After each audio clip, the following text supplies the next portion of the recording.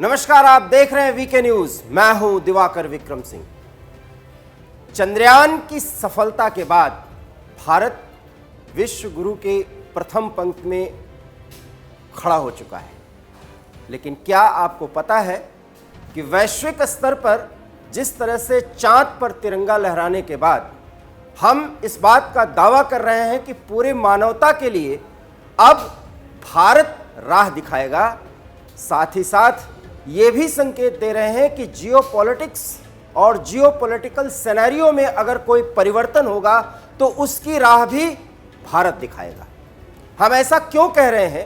क्योंकि जब आपकी नज़र चंद्रयान 3 की सफलता पर थी और तब हम गौरवान्वित हो रहे थे, गौरव से भरे हुए थे, उसी समय हम G20 के आने वाली सफलता के बारे में अपनी बात रख रहे थे। और वो मौका था ब्रिक्स सम्मेलन जोहानिसबर्ग में, जहां प्रधानमंत्री दक्षिण के देशों में आपसी सहयोग को बढ़ाने के लिए और देशों को ब्रिक्स में शामिल करने की बात कह रहे थे और ब्रिक्स के सभी सदस्य सुन रहे थे। और उसी समय प्रधानमंत्री की एक देश की यात्रा हुई और वहां जो सफलता हमें मिली है, शायद इसका आकलन अभी तक नहीं हुआ है। जी हां, मैं बात कर रहा हूं ग्रीस में प्रधानमंत्री के पहुंचने की और वहां पर जो राजनयिक सफलता मिली है, जिसकी चर्चा फिलहाल अभी तक नहीं हुई है। आज वीके न्यूज बताएगा कि वास्तव में ग्रीस पहुंचने और वहां पर जो कुछ सफलता मिली है उसका दूरगामी असर क्या पड़ने वाला है, इसी पर हम पूरा फोकस करेंगे। ग्रीस और भारत के संबंध ऐतिहासिक रहे हैं। प्राचीन काल से ग्रीको रोमन शैली का जो कुछ भी हम प्राप्ति करते हैं, जिस भी वस्तु से, जिस भी तथ्य से हमारा आमना सामना हुआ है, वो प्राचीन काल के संबंध रहे हैं और ग्रीस उसमें प्रथम पंक्ति में रहा है। इसलिए उस प्राचीन सभ्यता के समय से ग्रीस के संस्कृति के साथ जो हमारा जुड़ाव रहा, वो जुड़ाव अब 21वीं शताब्दी के इस दशक में ग्रीस के साथ जो संबंध बन रहे हैं, वो यूरोप के किसी भी अन्य देश के साथ बनने वाले संबंध से ज़्यादा बेहतर होंगे और ज़्यादा परिणाम देने वाले होंगे, वो भी भारत के लिए। क्यों हम ऐसा कह रहे हैं? सबसे पहले आप भू राजनीतिक स्थिति को समझिए। ग्रीस उस जगह पर अवस्थित है, उसकी भौगोलिक स्थिति वहां पर है जहां पर तुर्की इस समय सबसे ज्यादा प्रभावी है और तुर्की अपने परमाणु शक्ति का भी दावा करने लगा है और प्रक्षेपास्त्र तकनीक में भी वो अपने आप को बहुत ज्यादा महत्वपूर्ण राष्ट्र या एक सफल राष्ट्र के रूप में रखता है और ग्रीस पर वो धौंस जमाना चाहता है। लेकिन ग्रीस अपने पुरातन संस्कृति के आधार पर वर्तमान जो विकास का उनका दर है, जो विकास का तौर तरीका है, उसमें तुर्की जैसे राष्ट्र को वो समाहित नहीं कर सकते। इसलिए उनकी दुश्मनी और प्रतिद्वंदिता ठीक वैसे है जैसे भारत और पाकिस्तान के बीच में है। भूमध्य सागर का वो किनारे का क्षेत्र जहां पर तुर्की कहता है कि वहां के सारे द्वीप उसके हैं, जबकि ग्रीस का ये दावा है और ऐतिहासिक प्रमाण देता है कि वो ग्रीस के पार्ट रहे हैं। इसलिए ग्रीस और तुर्की दो बहुत बड़े दुश्मन हैं और जबकि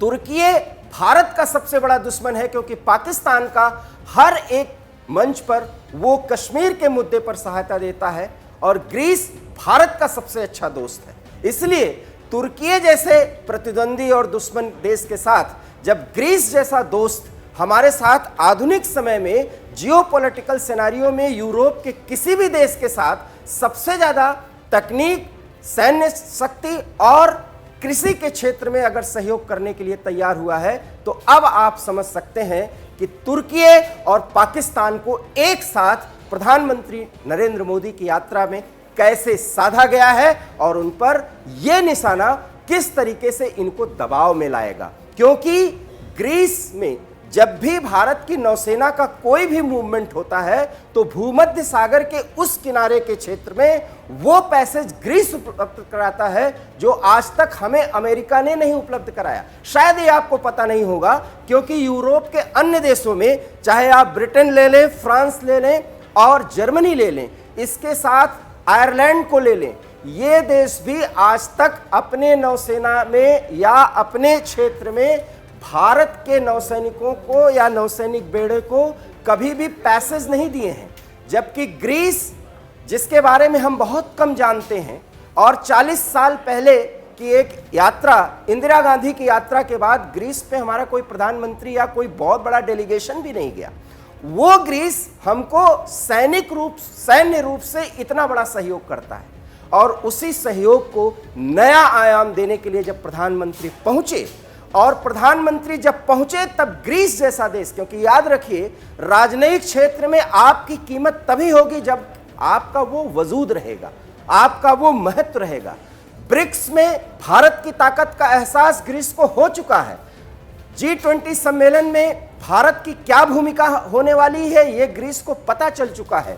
यूरोपीय यूनियन में जो भी अशांति का माहौल है, भारत की भूमिका उसमें क्या होने वाली है ये ग्रीस को पता चल चुका है। और रूस और यूक्रेन के बीच जो युद्ध चल रहा है, भारत की भूमिका उसमें क्या होने वाली है ये भी ग्रीस को पता चल चुका है। इसलिए वो ग्रीस जो हमारा ऐतिहासिक दोस्त है, प्राचीन काल से हमारा मित्र है, नए बदली हुई परिस्थितियों में हमारे साथ जियोपॉलिटिकल सिनेरियो में और बड़े रणनीतिक सहयोगी के रूप में सामने आ रहा है। इसलिए उस ग्रीस के माध्यम से एक ही निशाने पर हम तुर्की और पाकिस्तान पर निशाना साधेंगे, और उनके कश्मीर पर बेसुरा राग को हम पूरी तरीके से भोथरा बनाएंगे।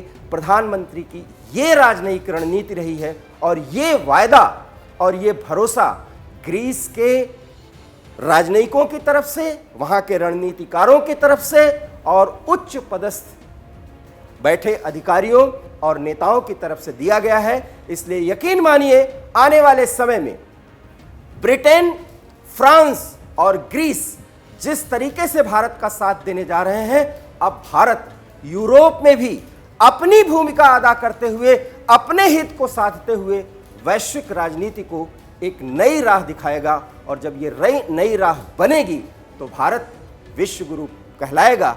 इसीलिए प्रधानमंत्री जब बेंगलुरु पहुंचे और चंद्रयान की गाथा का वो वर्णन कर रहे थे, तो राजनयिक रूप से उनको जो सफलता मिली थी, उस सफलता को भी वो परोक्ष रूप से बयां कर रहे थे। और शायद इसीलिए पाकिस्तान को बहुत ज़्यादा मिर्ची लगी है, वो उस किसी भी सफलता को पचा नहीं पा रहा है, और वहां की तरफ से अनाप शनाप बयान आ रहे हैं।